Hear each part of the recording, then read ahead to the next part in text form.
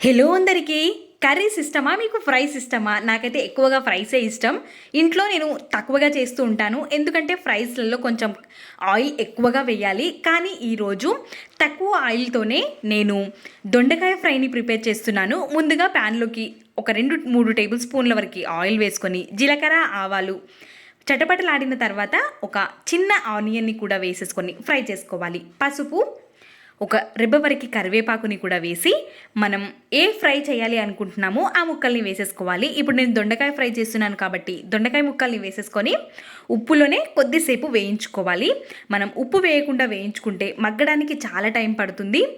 ఇంకా మనకి అడుగంటుకుంటూ ఉంటుంది కదా, ఈ విధంగా ఉప్పు వేసుకొని మగ్గించుకుంటే ఫ్రై అయిపోతాయి. మనం ఆయిల్ ఎక్కువగా వేయట్లేదు కాబట్టి ఒక రెడ్ టమాటోని తీసుకొని కట్ చేసుకొని వేసుకుంటే మనకి టమాటోలో ఉండే వాటర్తోనే దొండకాయలు అనేవి ఉడికిపోతాయి. ఇప్పుడు కారాన్ని వేసి ఇంకొద్దిసేపు మగ్గించుకుంటే సరిపోతుంది. వీడియో నచ్చితే ప్లీజ్ సబ్స్క్రైబ్.